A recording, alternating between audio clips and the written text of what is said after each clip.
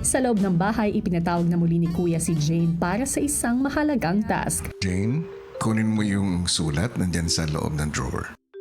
Housemates, isang task ang ibibigay ko sa inyo na tatawagin kong balikbahay task. Sa pamamagitan nito, maibabalik nyo ang 10 nominees sa loob ng aking bahay. Para sa task na ito, isang tower ang kanilang bubuuin gamit ang plastic cups na kasing taas ng housemate na gusto nilang pabalikin mula sa secret room.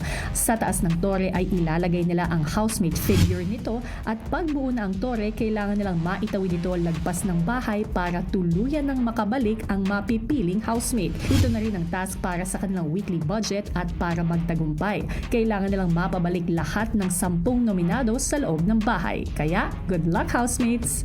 Pagbalik sa bahay, agad nang sinabihan ni Jane ng mga kasama. Sino sa tingin yung unang housemate na uunahin natin? Iunahin na lang natin yung mga Pwedeng hindi ganun. na kaya. We can do that. Let's do Sai River.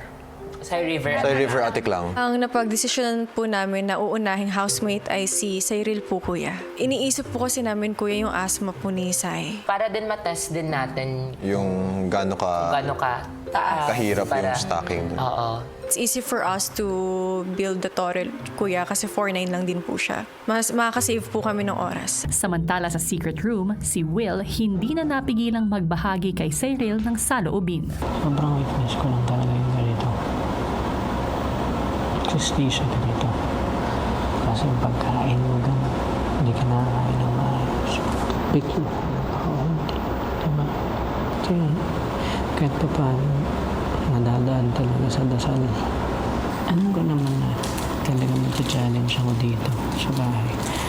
Pero never ko na-imagine na kakain ako ng gano'n. Alam mo yun? Ang dami nga sinusubok dito. Pasensya mo, relationship nyo, paano ko mag-handle ng pera. Parang ultimate test talaga. Maya-maya pa, sa loob ng bahay, Uy, I won't like that. We have to bring it. Kaya. Ganun to. Sobrang kaya, guys. 4'9". Game. Nandito na yung next 5, ah. Take to 2 point. Pwede natin lagyan ng spaces. Para Paano spaces? Eto, tingnan maliit. Sinabi po nila na magaling po si AZ, si Esnir sa pagsastock po ng mga cups. So binigay po namin sa kanila yun. sa pangunguna nga ni na AZ at Esnir, naging mabilis ang pagpapataas nila sa cup tower. Okay, sukat natin. Check. I think one last. Ops, dahan-dahan sa paglakad. Pad ganyan. Yes. Okay. Yan, okay.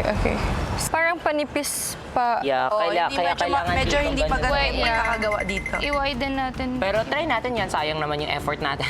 Fair. Facing to the house. Okay, let's go, Cyril! Kami yun ni Ralph. Tinry po namin kaagad, kuya, na kami po ang magbubuhat. Go guys! 3,